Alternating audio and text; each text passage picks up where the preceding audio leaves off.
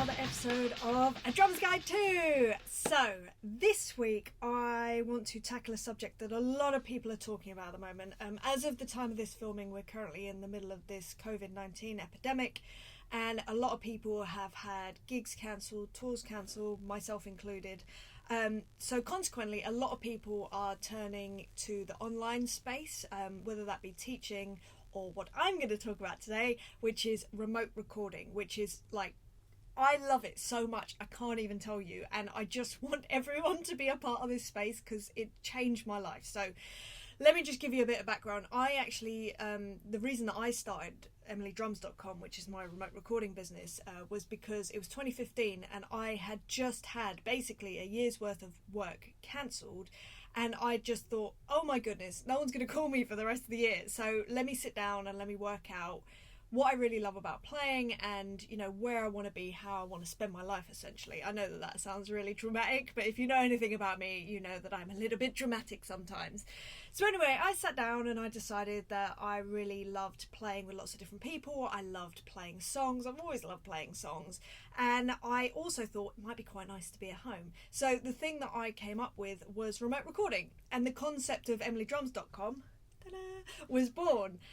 So I know that a lot of people are in this situation now where they're also wondering, you know, how can I make a living from home, ideally online, because right now there are no gigs happening, you know, social distancing, you're not really allowed out, really.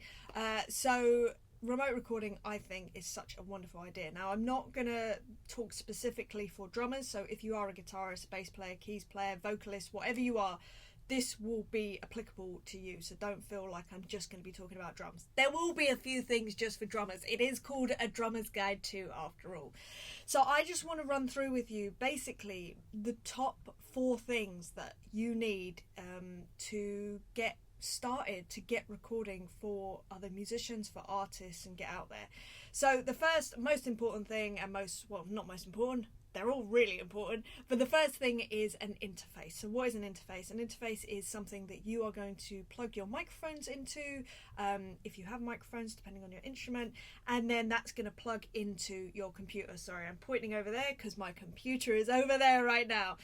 So what is this, and what do you need from your interface? Well, that depends on your instrument. So for a drummer, I mean, currently I have 16 channels. Now, again, in true Emily Dolan Davies fashion, it's a bit overkill. You don't need 16 channels to start with if you're a drummer.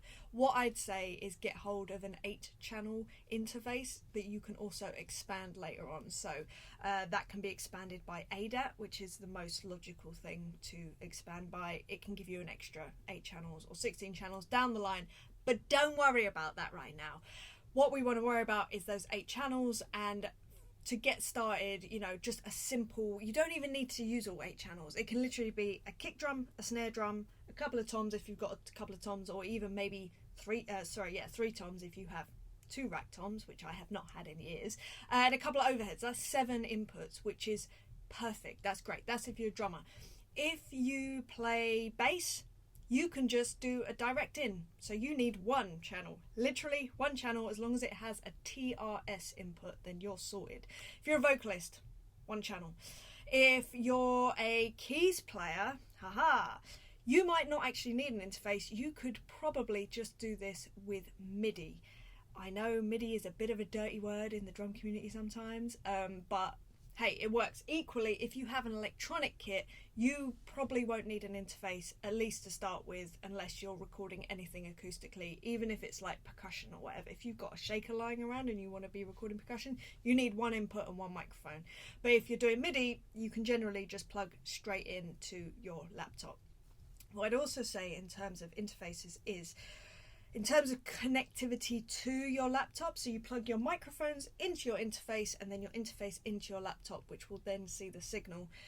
Get an interface that has whatever your fastest port on your computer or laptop is. So for me, that's a thunderbolt input, But if you have like USB-C, first of all, good for you. Second of all, I'd go with that. Just whatever you have, get the fastest version of what you can, so you have minimal latency when you're recording into your DAW, your digital audio workstation. Yeah, so I'd say do that. The other thing is, a quick note on DAWs, you can get free DAWs. You don't need to spend a ton of money. I use Logic, which works for me. You can be recording into GarageBand, which is free. I think there's a free version of Cubase that you could probably use, Audacity. There are so many different digital audio workstations, so you don't need to be spending a huge amount on that. And as I said before, with interfaces, just start with something. That is the main thing. You don't need to worry about having this all singing, all dancing sort of gear. So that's the first thing. You're sorted with your interface and your DAW. The second thing, mics. I know, musicians love talking about mics. Oh, and this one's been spun a bit. That's not good. Right, there we go. It's back to normal. You can't even see that microphone, but there's a microphone there that I just spanned when I was moving stuff around. Anyway, mics. Let's talk about mics. Again, this depends on your instrument. If you're a bass player, you don't need a mic. If you're a guitarist, really, you don't need a mic either. You could probably just direct into your interface, and then you could use amp simulation, which is not ideal for some people, but hey, if it gets you started, then that is everything. If you do have the ability to have an amp, then maybe you want a microphone and a direct in. That way you can use an amalgamation of the two sounds. Awesome. So you probably need a 2-input interface. But the point is, with mics, it is a complete minefield. When I started, I had zero knowledge. In fact, I had zero knowledge about all of this stuff and how it worked and how it all worked together. But what I did was, and I would recommend that you do this too, if you're a drummer right now and you are like, I don't know and I don't have a lot of cash, what I would do, buy a specific drum mic pack. That's what I did. I bought a pack of Audix mics. They were secondhand from Gumtree. They consisted of, and this is what most mic packs consist of, a kick drum, a snare drum mic, 3 tom mics, and a couple of overhead mics. Again, 7 channels. And that's how I started. And then from there, I just built upon it. So I would just swap out one mic when I could afford to. But don't worry, it's just about getting a sound together. And it doesn't have to be the most incredible sound in the world. It just needs to be a sound. That is the key. So once you've actually got some mics, don't forget about the cables as well. You need cables. There's a lot of stuff going on. So cables as well. After that, you need to make sure that whatever you're recording, whatever your instrument, it needs to be the best sounding gear that it can be. And that's not just down to it being an expensive guitar, an expensive drum kit. It can be gold plated for all I care. The thing that makes the biggest difference in playing any instrument is you. And it's how you play that, and it's how you know how to manipulate your instrument down to tuning. And I'm not, again, just talking about drums. If you're playing bass, if you're playing guitar, make sure your instrument is tuned, otherwise it's completely worthless. But when we are talking about drums, it's not about the right tuning. It's just about understanding a little bit about how turning a lug on a drum affects the sound of that drum, how it affects the resonance, how it affects the sound of the rest of the kit, because it might resonate with something else, and then within the room. This is just going to come from practice and just trying stuff out. So just try stuff out and understand that. Then you want to get onto how you play the instrument, your touch. That is going to be so important when it comes to anything. I had a massive lesson of this when I was a kid, actually. So when I was about, I guess I was maybe just about 12, maybe. And there was this drum kit in our school, and it was the most beat up drum kit. It was an old Premier kit. Looking back, it was probably a really good kit, actually, if someone knew what to do with it and how to, look after it. But this thing was beat up, we were in North London. Kids did not care. I cared about the drums, but I didn't understand how to make it better. Anyway, that's beside the point. But the point was, I would play this kit, and it would sound awful. And in my head, I was going, it's because of the gear, it's because of the drums, that's why I sound so rubbish. And I had that in my head until one day, this kid who was 3 years above me, who I feel like his name was Ben Thomas. His name was definitely Ben, but I can't remember his surname. Oh, it drives me mad. Anyway, he was the school's best drummer. And he came in one day randomly and sat on the drums and played that very same drum kit, and it sounded incredible. And the reason is because it was him. He understood how to play drums to make it sound like a great drum kit, and it was, but it was how he played it. So very, very important in how you play it. Also, a space. Now, I'm incredibly lucky here. Don't think that I am not aware that this is a really lovely room for me to set up my drums in, but just have a space. If you can ideally leave your drums set up, I would, absolutely, just so you can get a sound that you're vaguely happy with between your gear, your microphones, your interface, all that sort of stuff, and your DAW. But then you can tinker with it and you can mess around, because that's all I've done for the last 5 years. Basically, I've just messed around and tried things and moved things ever so slightly to see if that sounds just a little bit better. And I implore you to basically do the same if you're a drummer. It's slightly different if you are on an instrument that can be DI'd, that the room isn't that much of an issue. Obviously, if you're playing guitar, putting amps in different styles of room can help to get a different kind of sound, but it really depends on your instrument and your situation, of course. And equally, if you're playing MIDI, who cares where you are? You could be literally on the loo playing keys and it would be absolutely fine. So, the fourth and final, and probably the most important thing that you have to have when starting remote recording for artists, for musicians, is an insatiable thirst for, I'm not even sure that makes sense, insatiable hunger, that's probably more logical, insatiable hunger for curiosity and for exploration. And I've touched on it a little bit just before, but you have to get together a sound that you like, and then make it better. And I'm not talking about better, this kind of, random abstract worldview of what is better, what is right, what is good. No, I'm talking about your opinion. What do you think sounds good? What do you think sounds better than before? And just try and create the very best version of the sound that you're getting. Look, you might be in a space where the sound that you're getting is incredibly lo-fi. It's kind of like, I don't know, it's just raw. It's a raw sound. Great. Make that raw sound the best sounding raw sound that is so dirty and so gritty and so awesome, because you've worked on it and you have embraced the situation that you're in, because someone is going to want that sound. Someone is going to love that sound the way that you love it because you've created it. Equally, if you want to get the most hi-fi sound ever, and can I just point out, if you do want to do that, that's going to cost you a lot of money, but if you can do it, more power to you.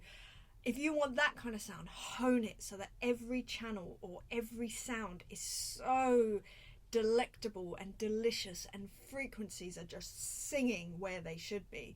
What you need to do is just realize that there is no, perfect drum sound, perfect guitar sound, perfect bass sound, perfect anything. It's music, it's art, it's expression, and you need to just make sure that whatever you're saying through your instrument is the best way that you can say it. And this is going to be a long process. This is going to be a lifelong process. In the same way learning an instrument is. You never learn everything. It's impossible. It's physically impossible because it just doesn't exist. It's the same with recording. So whatever gear you have, make it the best you can. And then if you can afford to swap out one microphone, then do, and then make that microphone sound the best that it can in the space that you have. In, just try stuff. Just try out different things and see what works for you. So to me, those are the 4 things that you absolutely need to get started. An interface that works for the instrument that you're recording.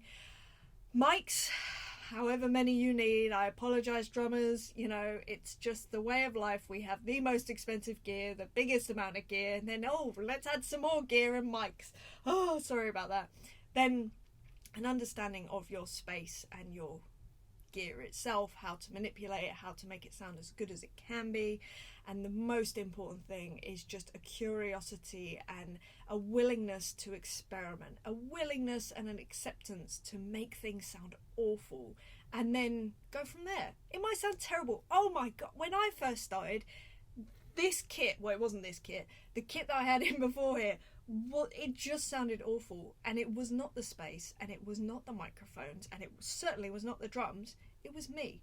And it was my lack of knowledge. So what did I do? I went and explored. I went and researched. I found out different ways to mic drums up that were best practices. And then I kind of like just tried some other stuff as well. There are best practices when it comes to things like miking up drums or any instrument for that matter. And I'd say absolutely do a quick Google search, find out what those best practices are, because there is a reason for it, and then go from there. Maybe you will do exactly what people suggest and it sounds great and you're like, love it, done, fine, happy days, by all means go for it. But if you find that best practice and then you just go, but I wonder if I just moved it slightly this way or tuned it slightly that way, what would it do? You might end up coming up with a whole new concept and a whole new way of miking up drums or whatever your instrument is, or a new way of miking vocals. How incredible would that be? I mean, just look at the Glyn Johns way of miking drums. That's bonkers. That's actually, like, it makes zero sense. Although now, it's a best practice, so you never know.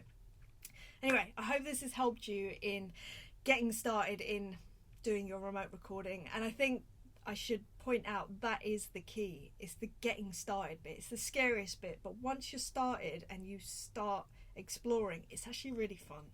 So get started, follow these things to have in place. And if you want to go more in depth to the actual running a business side of remote recording, so you're not just doing it for yourself, I actually have a workshop that there's a link in the description right now that you can go to that I will share my knowledge, my experience of how to get clients through the door, how to price yourself. So important, so difficult, so awkward. Musicians hate pricing and doing all that. And the one thing that is the most essential thing that you need to have in place, that is the first hurdle that I see so many people trying to do remote recording fall down on. So I don't want that for you. So if you're interested in that workshop, as I say, there is a link in the description below and you can learn more about that side of things there, the business side, the scary side. I actually love it secretly. Anyway, I hope you're well. I hope you're having a lovely day wherever you are, whatever you're doing, and I will see you next week for another subject. All right, stay safe, stay healthy. Lots of love. Bye.